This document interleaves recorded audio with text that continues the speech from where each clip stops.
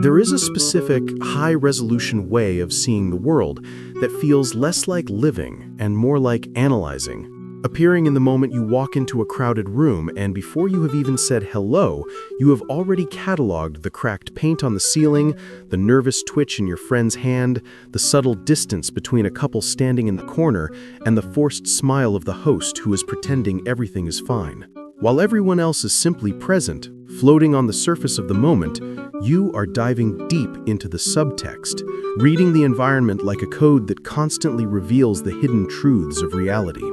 You have probably felt it, this inability to turn off your scanner, this compulsion to track every movement, every shift in tone, and every micro-expression around you, leaving you in a perpetual state of mental activity where you can never truly relax because your brain is constantly processing gigabytes of sensory data that no one else even knows exists.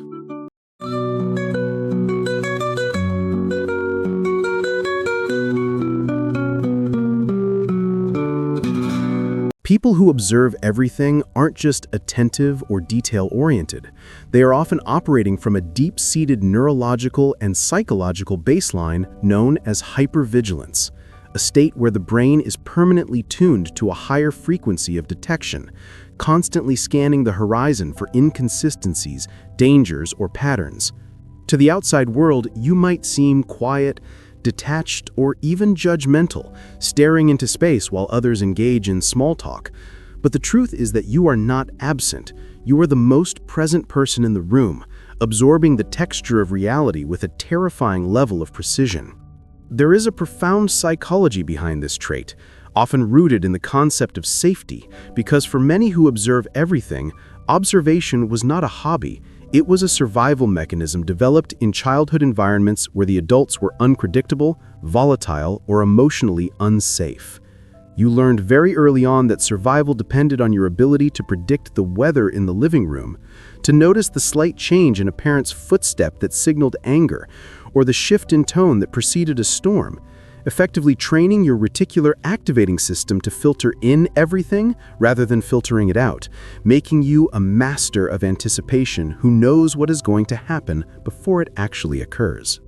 This wiring follows you into adulthood, creating a personality that is essentially a human lie detector, because when you observe everything, you notice the gaps between what people say and what they do. You see the fleeting look of envy when a friend congratulates you. You hear the hesitation in a partner's voice when they say they are fine, and you sense the hidden agendas in a boardroom meeting long before they are revealed. This makes you incredibly difficult to manipulate, because flattery and charm do not work on someone who is reading the data rather than listening to the sales pitch. However, this superpower comes with a heavy cost known as cognitive load fatigue,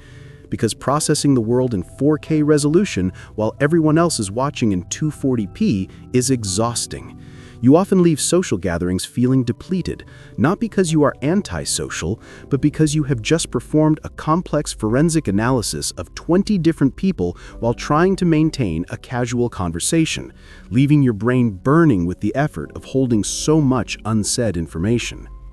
There is also a burden of isolation that comes with this trait, because when you see the truth that others miss, you often feel like the only sober person in a room full of drunks. You see the cracks in the relationship that everyone thinks is perfect. You see the toxicity in the group dynamic that everyone else ignores, and this knowledge creates a wall between you and the blissful ignorance of the crowd.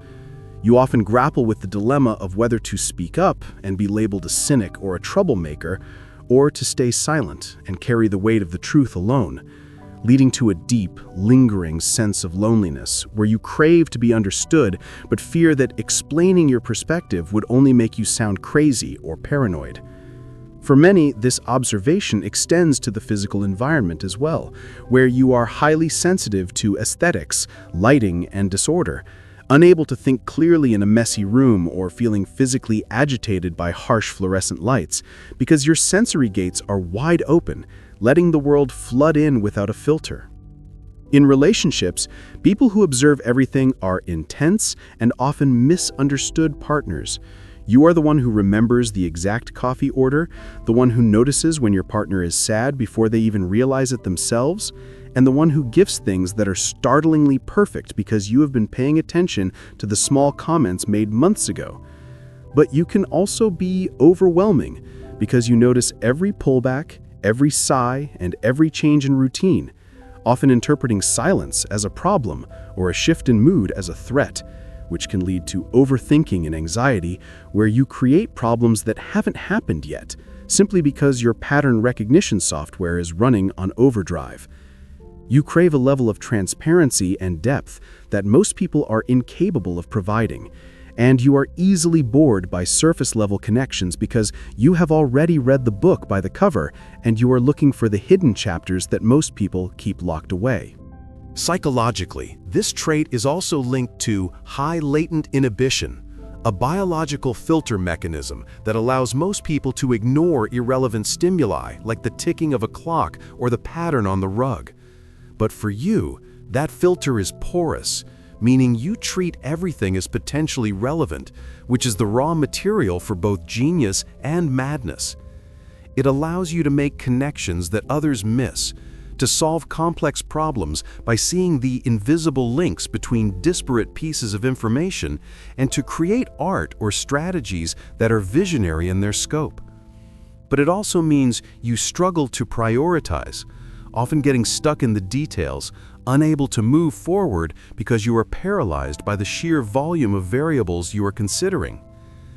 This phenomenon, often called analysis paralysis, is the dark side of observation, where the ability to see every possible outcome prevents you from choosing any outcome, leaving you trapped in the simulation of life rather than the living of it.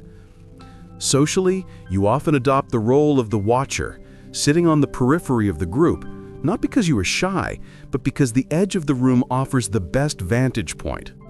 You prefer one-on-one interactions where you can focus your beam of attention rather than chaotic group settings where the data inputs are too scattered.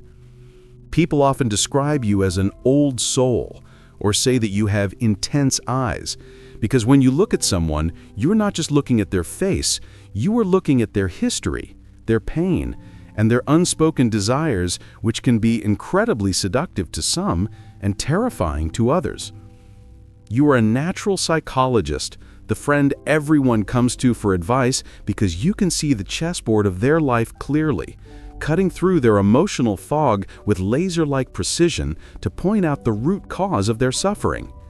But you rarely ask for advice yourself because you know that most people cannot see the complexity of the puzzle you are trying to solve, so you keep your own struggles hidden behind a mask of calm competence. The turning point for the person who observes everything comes when they learn to manage their input, realizing that just because they see everything does not mean they have to engage with everything. It is the shift from being a passive sponge that absorbs every detail to being a strategic filter that decides what is worth your energy. You learn that not every lie needs to be exposed, not every inconsistency needs to be analyzed, and not every emotional shift in a room needs to be managed by you.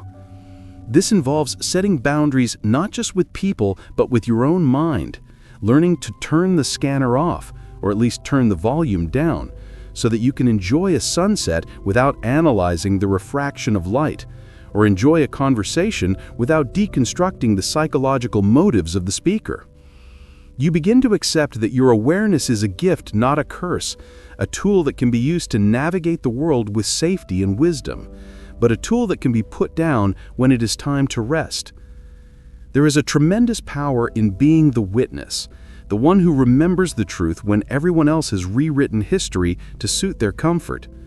You are the keeper of the archives, the one who honors reality by seeing it exactly as it is, without the distortion of denial or the fog of distraction. This clarity allows you to make better decisions, to choose safer partners, and to build a life that is grounded in truth rather than illusion. You start to attract people who value being seen, people who are tired of being looked at and crave to be looked into.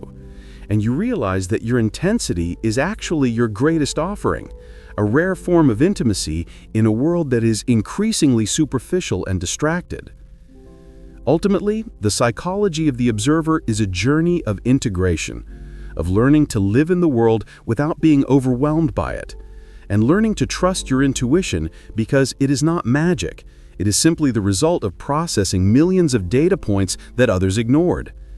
You're allowed to close your eyes, you're allowed to miss things, and you are allowed to simply be without the need to understand or catalog the moment.